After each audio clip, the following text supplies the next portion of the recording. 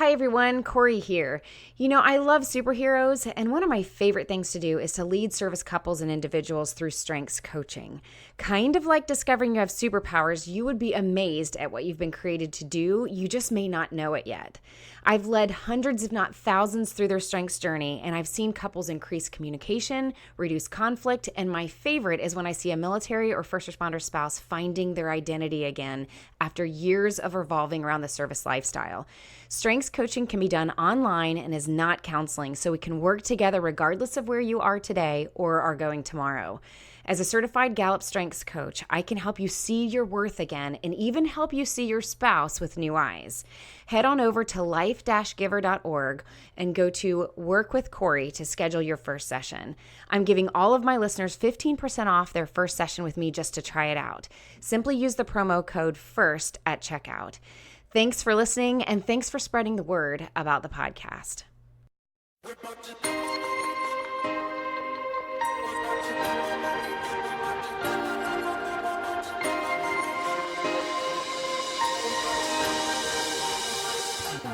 Welcome to Season 4 of the Life Giver Podcast, a place for honest conversation and hope that will breathe life into your service, family, and home. This is your host, Corey Weathers, and I'm honored to take this opportunity to invest in you. Last time on the Life Giver Podcast. Addiction is one of those things that we're just always going to have, as part of our story. And I want him to know that it doesn't define who I think he is. But as a society, sometimes people look at addiction as a weakness and not as an illness. And I think that's where I've really had good insight of how to treat him. Because I don't want him to think I think he's weak, because I know he's not a weak person.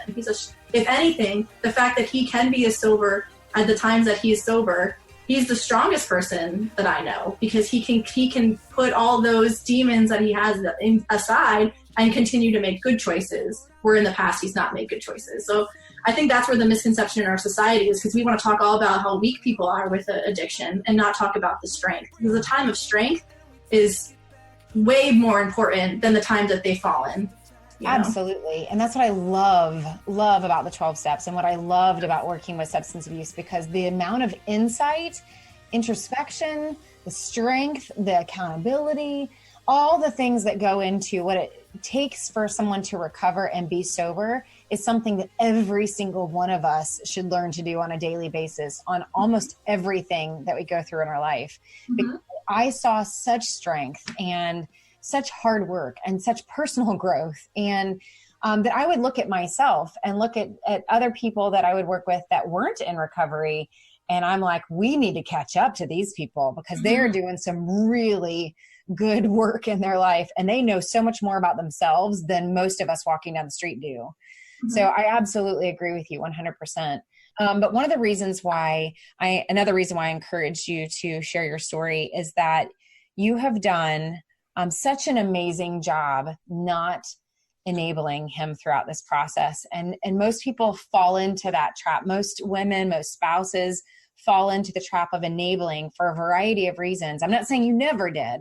I'm just saying that overarching in general, you worked very hard to be very intentional with your responses and how you handled specific situations in a way that most people are afraid and don't have the boldness to do it. And that's why I wanted you to share, because describing a little bit about what enabling is would be where I see a lot of spouses that let's say, your serving spouse is drinking and it is obvious and your kids are noticing it. And instead of letting those consequences play out between, let's say, father and son, right, that the spouse gets involved and covers it up, and just says, well, it's just this, and we're going to mask that over, and we're not going to talk about what's actually happening. And what ends up happening is I know I'm stereotyping here just a little bit, so everybody bear with me. But what happens is let's say, military spouse, the wife in this situation, takes on the responsibility of the relationship of the father to the son. So instead of letting those consequences play out, where that son now has to wrestle with the fact that he's got an alcoholic father and have to do the hard work on that and needs to know the truth on that and how to wrestle through that relationship. And this happens in so many different ways, not just addiction, but the wife in that situation feels bad for the son, right? And gets in the middle of it and wants to hide it to protect everybody. Yeah. And then that's when you have what turns into the metaphor that everybody knows about, which is not pointing out the elephant that's in the room. And we start dancing around this very big issue that everybody's aware is happening, and nobody's talking about it. And in a variety, I'm not saying you were perfect, but there were so many situations that you told me about where you let the truth be what it was. You let the consequences be what they were. You took responsibility for mostly yourself. And you even said earlier that there were consequences that were his for behaviors that he chose to do. And he needed to know what those consequences would be, even proactively.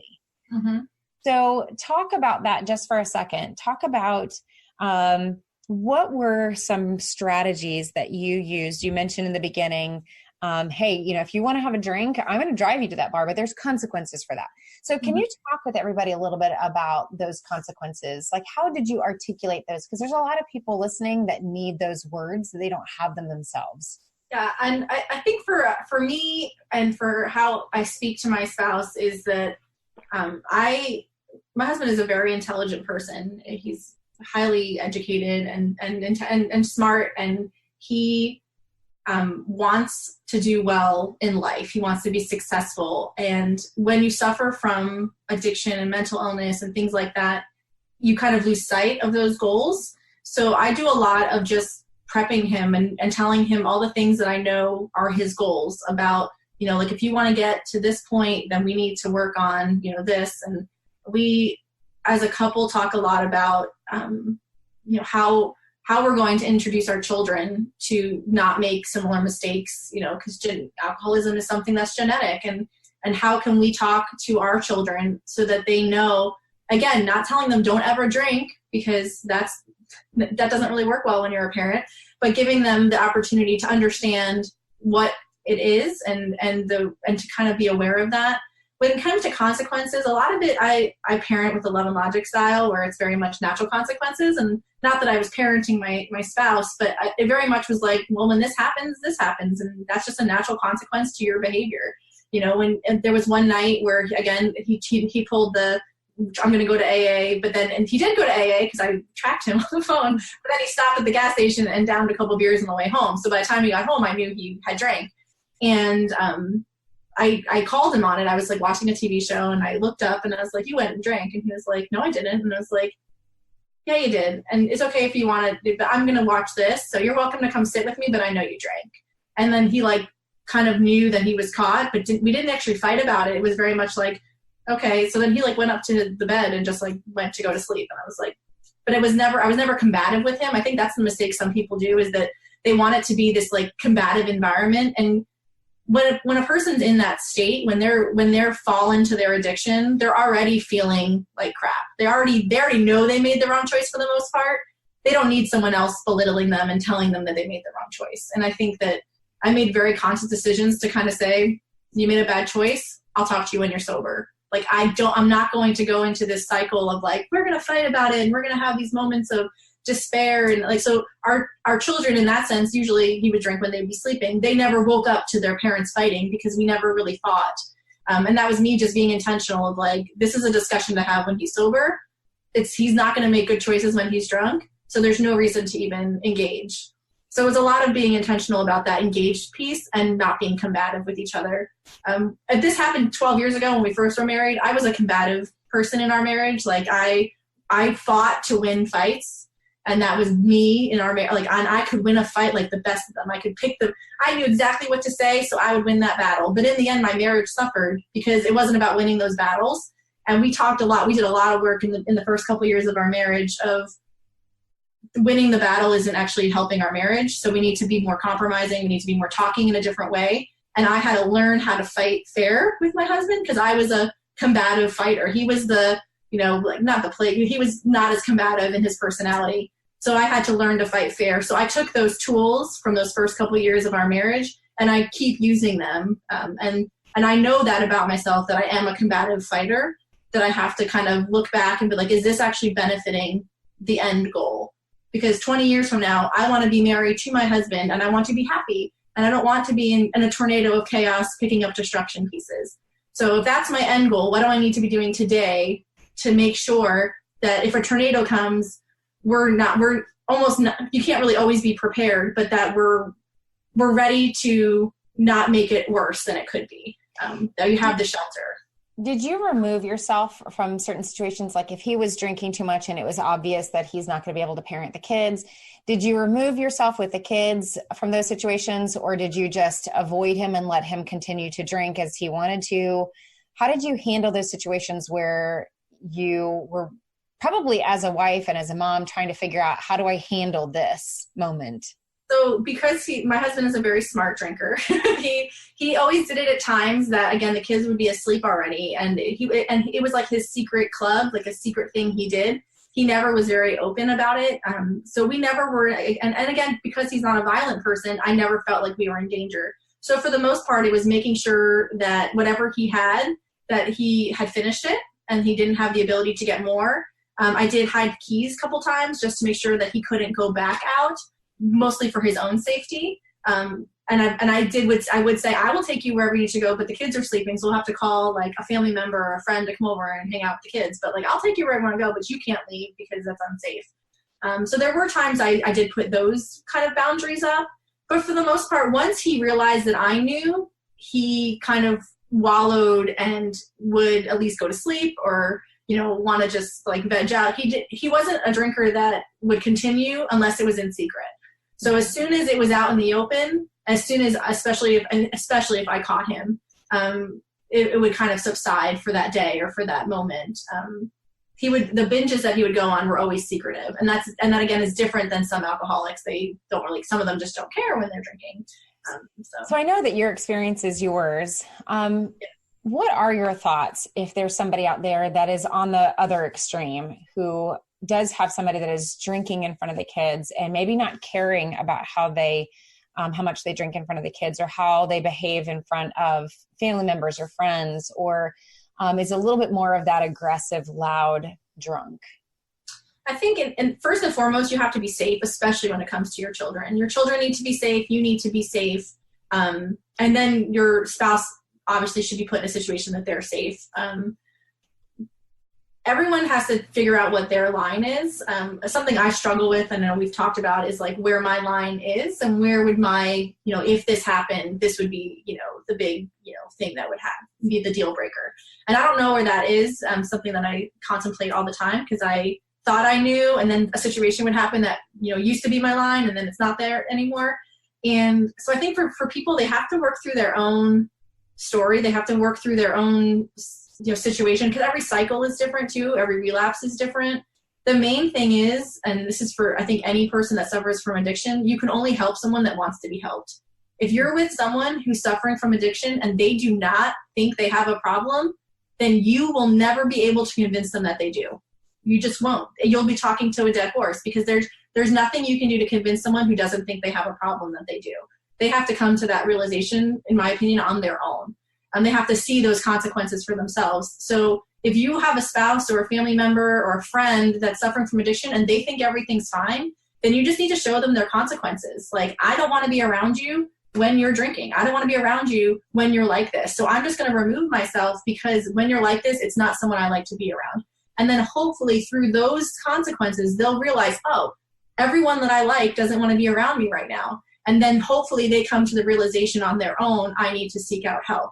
Because the best thing you can do for someone who is suffering from addiction is to be there when they need it, but not enable them, and not to give them the environment that, like, oh, we'll just stand by you through everything, thick and thin. But if they're seeking help and they're working to move forward, all you can do is be supportive. And that's why I think I've been able to really stick it out in my marriage and be supportive of my husband, is because he's, in the times of sobriety, has been seeking out help and wanting to be better.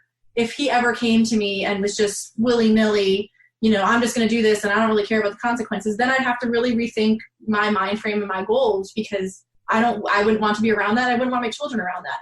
So for our story and for our situation, I think we make choices because he's willing to move forward and to seek out those help. But for people whose spouses are not there yet, I can just say they have to come to that realization for themselves. They're not going to, you're not going to get anywhere if they think everything's fine. So proud of you. I've said so many times, this is what she's saying as far as pointing out those consequences and sometimes being the person that allows those consequences to happen. That's a huge part of this equation, is that if you're in a relationship with somebody, the first consequences that they're going to experience are those that they're living around. And if they're not experiencing those consequences, it's turning the lights on in the room to go, hey, let's just point out what's obvious here, that when you drank again yesterday, that I feel discouraged by that. And I'm disappointed. And I, whatever that communication is, pointing out the obvious, that I feel separate from you, I feel distant from you, that you're choosing liquor over being with us at Disney World, right? That these are Disneyland. Like, these are the natural consequences of I'm upset that you chose liquor over our family that day, or chose liquor over my birthday and celebrating me, right? Those are where the consequences that you are expressing. And yes, I know that there's fear for those of you listening. There's fear of, if I share those consequences, and they're just going to spiral into shame and drink more. And that is a very real fear. However, if they don't ever experience those consequences, they are never going to hit whatever that rock bottom has to be for them to decide that step one, which is life is unmanageable. The way that I'm doing it is not working. Every time I try, I get drunk again, or every time I try, I use again. And no amount of my own personal strength is anything ever getting better. It's just continues to fall apart. And so everything is unmanageable around me. And that's where the denial breaks. And they go, like your husband did, to be able to go, yes, I stayed sober for 4 or 5 years, but look what happened. I still wasn't able to do it by myself. And maybe I actually do need that help, because I'm going to destroy myself and my family if I don't do something different. And so it says a lot about him and his ability to break that denial and to accept the fact that he is an alcoholic. I would be remiss if I didn't cover this very, very important topic with you. And I know some of you took the survey, and Alyssa and I actually went through the survey a little bit. In fact, even while we've been talking, Alyssa, people are continuing to take the survey. It's so, so good. And maybe I need to do a whole other episode where I'm just talking about the survey by itself, because wow, first responders, you really came through for this survey. And Alyssa and I were actually talking about, before we started recording, how, the military lifestyle just has so many more events where it surrounds alcohol as like one of the members of the family, or as part of the unit. It's just like every military ball. You have your grog bowl. Yeah, exactly. You have the grog bowl, and everybody's supposed to drink of it, and if you don't drink of it, it's okay for you to not drink of it, but it's kind of the thing you do, or like you were saying with reintegration. And so we were actually wondering if there was a difference, since there were so many first responders that took this. I was making the point that I wonder if sometimes with first responders, you're going out the very next day to do your job, where you have a weapon on your hip and you're expected to use it and function for public safety and for your own safety and for your partner's safety. And so I wonder sometimes if it's not as much of I'm not saying that it's not as much of an issue, because everybody in the survey said that drinking was definitely part of the culture. In fact, I asked the question, have you seen alcohol used in the service culture around you as a way to numb or escape the stress of the service lifestyle? And 65% of everybody said, yes, it is very much part of the culture of both sides. And so, but there was fewer, I think, people in the first responder culture that felt like there was some legitimate addiction issues in alcohol. Whereas I wonder, if I were to separate this between military and first responder, what would the difference be, because of what we were just saying about it being part of so much of the celebration of the culture. But what I wanted to actually point out, and Alyssa, this will kind of give us that final topic to talk about. It was not a surprise to me that those of you who are the supporting spouse at home do not have as much of an issue drinking as when you answered the questions about your spouse, your serving spouse, that there was more of an issue. In fact, on average, 1 out of every 4 couples were saying, 1 out of 4 people were noticing that this is a problem. And that's a significant number. It doesn't sound like a lot when you look at a graph, but it is a significant number, that 1 out of every 4 has some issues with drinking, and that you don't feel like there's some good resources for you to go to, that there's still that stigma very present. But what I wanted to actually, for Alyssa to finish talking about with me is really, how does this impact your marriage? Because there was a good, so maybe 40% were saying that you as a couple turned to alcohol to cope with the stressors of your lifestyle. But I think that the question, has addiction of any kind caused enough stress in your marriage that separation was considered as a possible solution? About a third of you said yes. And even bigger than that, that you don't feel like you could go to certain events. There's another third of everyone that answered the survey that said, you don't feel like you could go to an event and not drink and not draw attention to yourself in a negative way. And so here's what I think that I want to talk with you about, Alyssa, is what were your thoughts? I know we just kind of ran through the survey before we started recording, but what were some of the thoughts that you had as you saw some of the results? I was surprised, and I do think it's a cultural difference between a first responder and service members, because when a service member goes through times where they have like those long deployments where alcohol isn't an option, and I don't necessarily think first responders have those big, long time frames where they're not drinking. So they're able to kind of pick and choose the times that it's appropriate. So I don't, and on top of that, you know, the desire to escape, because we have, in the same sense that we have long deployments, you also have long leave times, because you get those, 30 days of leave that I don't think a lot of first responder families get. That is a benefit after a long deployment or before a big deployment. You get these big, time off dates. And that's where I feel like people really go on their binges of like, oh, I can let loose because I don't even have to be at work tomorrow. I have 30 days off. And I can really exclude that behavior. When I looked at the survey, I remember thinking, when I looked at the questions, of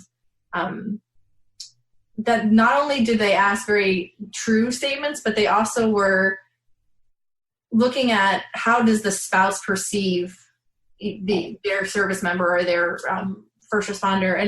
And that's where I think the key for clinicians or for people looking at addiction is that someone who may be suffering from addiction has a different view of what their addiction looks like.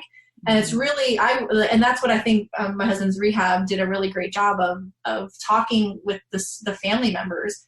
And we talked a lot while he was in detox about how a lot of people in there didn't have people come visit them, or there was a family like support meeting once a week. And we were the only married couple there. Most people were already divorced. They didn't have those support people in their lives. And if they had people coming, it's because they were younger and they had parents. But when it came to a spouse or a significant other, I was the only one that was there in support of my person. And I think that is pretty telling to me that, and in a way, I know I shared this to you in January when we saw each other, that a lot of people like say, oh, I'm so proud of you that you're sticking out and you're doing all these good things. But in me, where I was still processing, all I heard was, you're so stupid for sticking this out. Like, how are you? Everyone else would have walked away. I can't believe you're doing this. And I really had to retrain my brain and remember that, like, that's just the negativity talking. And I need to remember, our goals in mind. And I should not be hearing it as a negative, that people were trying to give me, props, and I was taking it as this negative thing. So I think the survey in general really hit some topics that I wonder also how much people, I know I'm a very upfront person. If you want to know how I think, I'm going to say it. And that's my personality. And there are a lot of people that's not who they are. And it's really hard to talk about addiction. And it's also really hard to talk when your marriage is failing. So when you get in front of a group of people, it's not something like, that's not the first thing out of people's mouths. Like, oh, it's nice to meet you. Oh, my marriage is really rocky right now. That's just not something that people do. But that's also why when my husband and I go out to functions and we're not drinking, we usually don't say, oh, he's an alcoholic. That's not what comes out of our mouth. It's usually like, oh, we don't drink because our marriage is better when he doesn't drink. And we make it about us, because I don't want people to think, again, that there's something wrong with my husband, because there's nothing wrong with him. But we are better when he's not. And that's where we usually just answer people like, oh, we're good, we're not drinking tonight. And then they further ask questions. Our marriage is just better without it. And that's also been helpful for our friends that did know us as drinkers. Because most of the time your friends want your marriage to succeed. So when you put it in context of like, we are better not drinking together, and we are better not to have alcohol in our lives. Our friends kind of understood that, especially before he was willing to admit at what point in the addiction he was at. It was easier to say. I'm so proud of you for that answer, by the way. Like, I hope everybody's taking notes because she's crying. I know. I'm like, this is so good. So good. Are you the one that's saying that? Are you both? It depends on the situation. Like, it depends on whose part. I'm usually the talker in our relationship, guilty. My husband tends to be more introverted. He doesn't necessarily like social situations. And I know that this is a topic that gets him more anxious. So usually I'm the one that says we're better off without it. And this is something that he agreed was okay. Oh, absolutely. Absolutely. Well, because we talked about it before we had that statement, we talked there was a couple like awkward moments where like people, like especially with people that knew us as drinkers that we've seen along the way. There was a lot of that awkwardness, especially before he was really willing to admit, that it was part of who he was.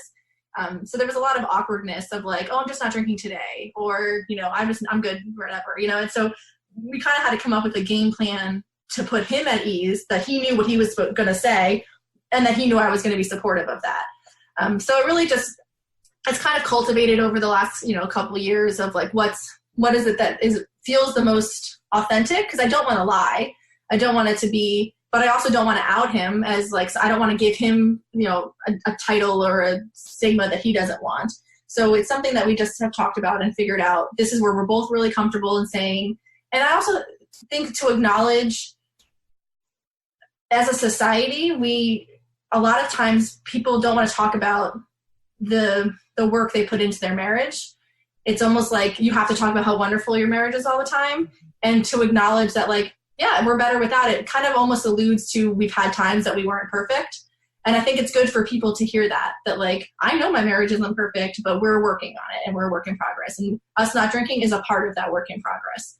And I think that's just good for everyone to hear, I'm so proud of you for so many reasons. I'm proud of you both for having these tough conversations, for being really intentional, for having game plans, for having code words and phrases and things that you're prepared to handle that situation. When we talk about recovery, it is very much about, is that person who's struggling with an addiction going through the 12 steps, doing those introspective steps of understanding what your triggers are, being prepared for those triggers. And if all of us, even when I did the survey, I asked you guys, yes, we could talk about alcohol all day long, but there's so many other issues that aren't talked about that are just as much destructive topics when they get out of control. And I really expect the pornography numbers to go up as people are more honest. Some of you were very honest about food being an issue. And I don't know if that's a food issue that you're seeing in your serving spouse or for you or for both of you.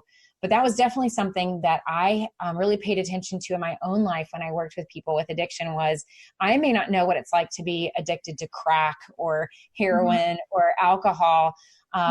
But I definitely saw an addiction to sugar in my life, and I could relate to that. And I asked, I had to ask myself what would this be like for me to go through the 12 steps, even just thinking about sugar in my life, because there was days where I was like, I have to have something sweet, right? I have to have that afternoon, whatever. Yeah. And just trying what that's like to stop yourself and go, why do I need that right now? What's triggering me to want that comfort food? And I think it gives you an inside perspective. Those of you who've even tried the Whole30 diet know it is hard. It is hard to not turn to something that you feel triggered to want to have, and you feel better once you have it. And so there's lots of ways that we could understand each other a little bit better and have that level of support.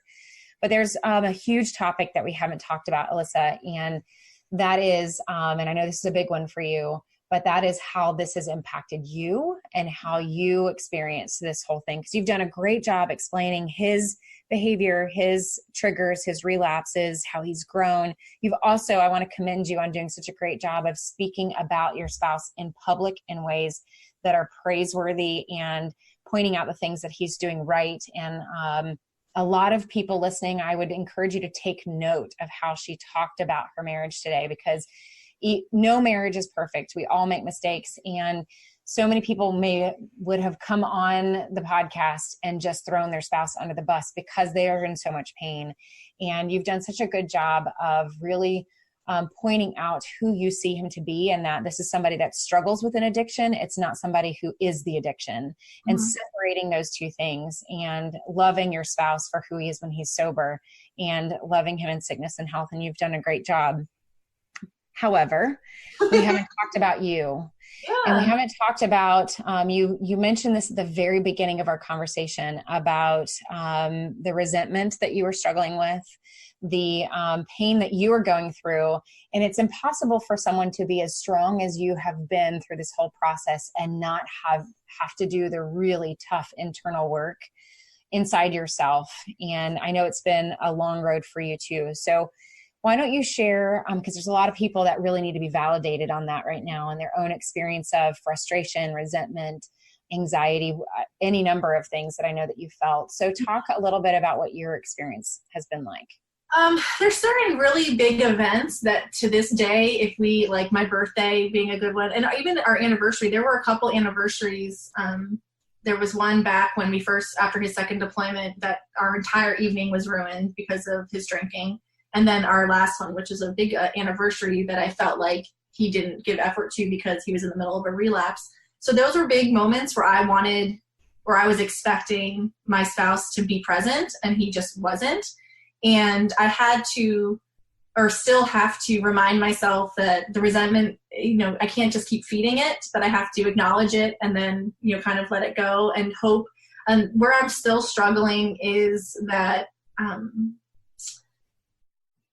I want him to know that I'm willing to give extra percent sometimes, in a marriage. Sometimes it's, you want to always be giving, 110%. Absolutely. I don't like the 50-50 analogy. Like, we both should be giving 100%. Absolutely. But there are times where I know he's struggling, so I have to give a little bit more. And when this first started, those numbers of years ago, I thought, okay, I'm going to give a little bit more right now, and eventually it will be my turn.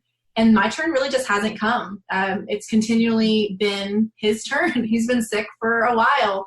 And it gets frustrating, especially because, the alcoholism is just one piece to some other medical things he's got going on. And it's hard to watch your spouse be sick. And a lot of his stuff is, invisible things that I can't help him. It's not something that I can just be like, here, take this medicine and it will automatically be all better. Or yes, you can go take that 3-hour nap while I have all 3 kids and have to clean the house. Like, it's really easy to fall into this like negative space.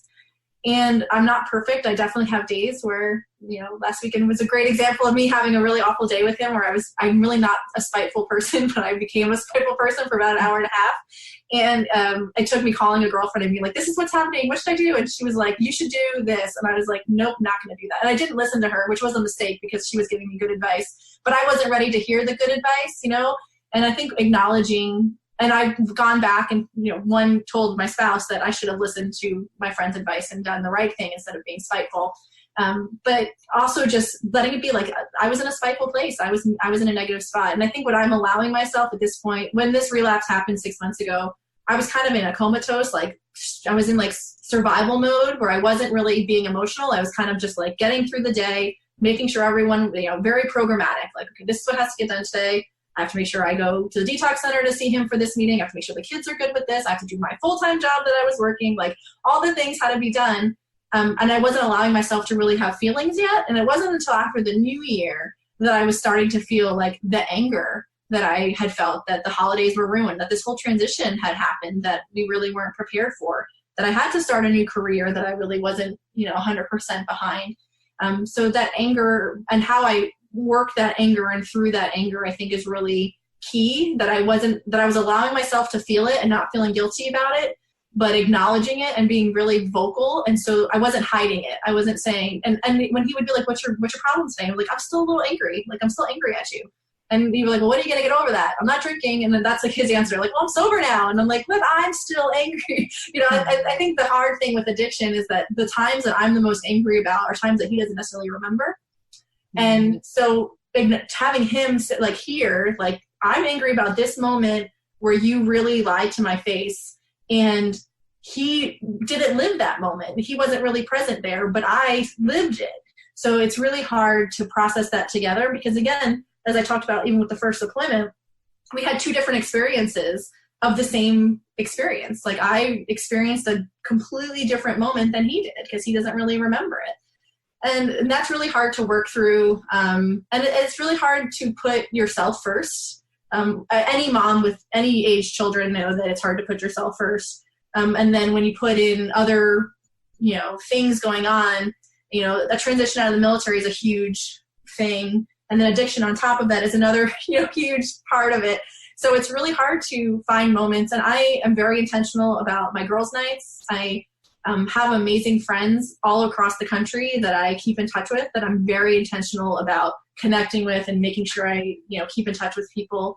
And I'm intentional about like my own time and my own space and making sure that I'm not forgetting who I am.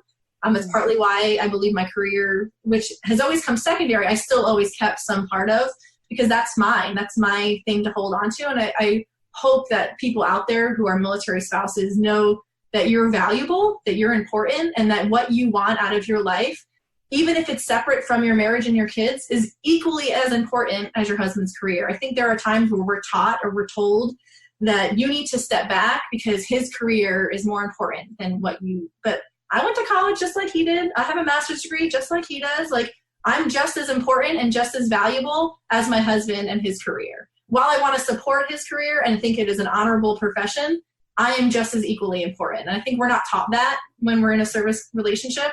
We're almost taught to, well, you just worry about saying the right thing to his commander. You don't want to mess up things.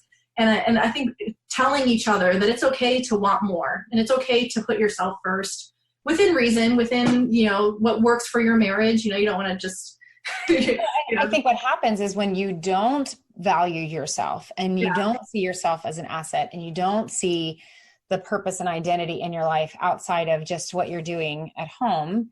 Again, we talked in episode 1 about things being seasonal, obviously, but what happens is that you end up swinging the pendulum, and then we have so many spouses that become destructive in their entitlement because they've put themselves second for so long, and that now we're going to cause destruction by forcing our family to revolve around us so that we can have that career.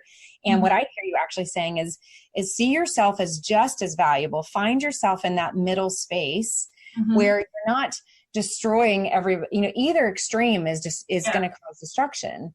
But advocating for yourself and doing that in a healthy way. And even though seasons might be more difficult than other seasons, that we should always be finding value and worth in who we're created to be. Absolutely. And I think also just remembering that it's really easy. And I've fallen into this trap. We talked about having babies on deployments and things. And whenever someone would be like, well, that must have been so hard, I always kind of played it off. Like, oh, well, someone had it worse. Like here's this example of someone who had it worse than me. And instead of saying, yeah, that was hard and it sucked and I really struggled, instead of it holding that to what it was, because it's very easy to say, well, someone has it worse, because yes, someone does always have it worse, but that doesn't discount the pain that you're feeling. Like it's okay to feel like in a hole, even if someone has a bigger hole, your hole is still valid, and I think that's what we forget, especially as women, that we want to either push away and apologize for feeling certain things, instead of just saying, like, this is where I'm at, I feel this way, and hopefully I'll be able to not feel this way for very long, and I'll work it out. But, and allowing ourselves to talk and be vulnerable together, I think is really key. How are you healing?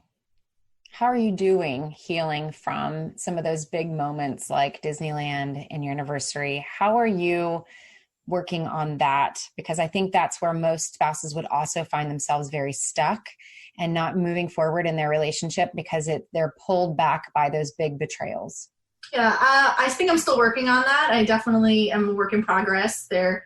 And it's not something that I can say, oh, I fixed it because I did this, because it's definitely still something that I struggle with. And in the midst of a fight, that's usually what I bring up. That's my go-to, like, well, you ruined this, which is not healthy, but I do it. And I mean, we all do things that we're not proud of. But the main thing that I think I'm trying to do and that I'm working towards doing is to just be very open in our communication, and be very forward thinking in like, how can we try to have a better season moving forward?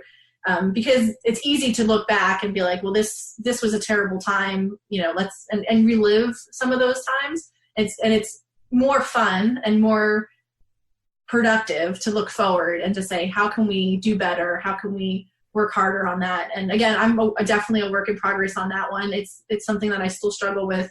A lot of it for me is just processing it and acknowledging the pain and the resentment, because that's where you have to really be careful, because I don't want to be a resentful person. I don't want to be negative. That's not who I am. And so reminding myself again who I am and how valuable I am and how I'm loved by many and by people around me, and I want to be that person. So I don't want to be a resentful person. I don't want to fall into that pit. So I think that's really it, is just reminding yourself. I used this example last night I went to a girls' night last night, and as a culture, we celebrate divorce in a way that is unique, I think. Like, oh, you left your spouse, you're free now, we're going to have a divorce party for you. Like, it's a celebration almost, right? Mm. And I was telling them, I was like, I want someone to throw me a party and be like, you stuck through your marriage, you went through this hard thing, here's your party, like, and not that, like, that's kind of silly, of course, but like, as a society, we're not acknowledging the people that work through hard things. That's true. And that's where I'm struggling, because I want to, like, not that I'm going to wear a shirt like, I worked through my marriage this week, but like, I want to, like, have this huge party where my friends come over and like, yes, you guys worked hard and we're not perfect, but we stuck it out, instead of like, because in divorce parties, I've been to them, some of them are fun, but like, I don't want to celebrate giving up on my marriage. I want to celebrate that I'm here in my marriage, even though it was really, really hard, or it still is very hard. And I think that's, as a society. And that puts a whole new perspective on what any of us should be thinking about on our anniversaries, right? Because we tend to, Matt and I are going to celebrate 20 years in May. And it's like, what do we do?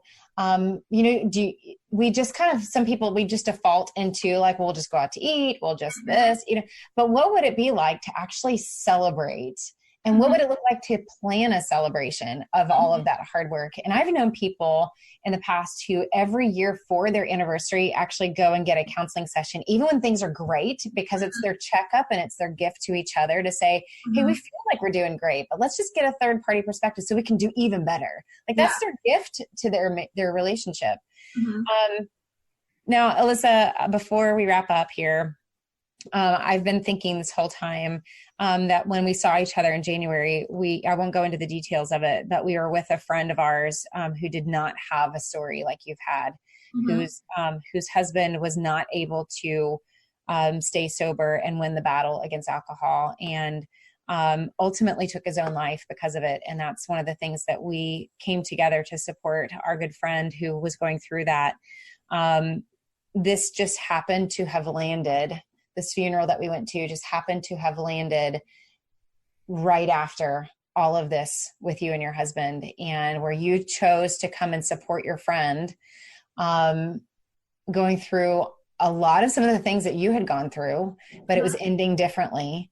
And you were choosing to leave your husband at home with the kids. And do you want to talk a little bit about what that was like and what you learned from that experience? Sure. So when he had just gotten out of rehab when we got the phone call regarding her and her spouse. And so I immediately called her because we were friends, and I was so shocked. And when she started telling her story, it was mind-boggling how parallel our universes were. And we had zero idea that they had gone through rehab around the same time, that they were struggling around the same time. And they both recently transitioned out of the military. And it was, we had both regretted that we didn't realize that we were going through it together, because we would have been a much better support if we had known months earlier. But I felt called to go to her funeral, to the funeral, for the main reason that it could have easily been, us. And I wanted her to know that she did nothing wrong, that she couldn't have changed her spouse, that was their decision. And that she's got people around her that aren't judging them, or that aren't looking at it as this big thing. And I think for me, leaving my spouse for that weekend was, it was, in order to gain trust, you have to give people opportunities to earn the trust. And I had given him, little bits and pieces of time with the kids alone where he was sober and, all that. But this was the first time I was leaving for a weekend. And I knew I had people on call. I have, friends and family nearby that knew that this was a big deal, that we're not going to bother them, but we're just going to check up and make sure that everything was okay. And I wanted to trust him, even though a part of me was like, oh, this might turn into a terrible idea.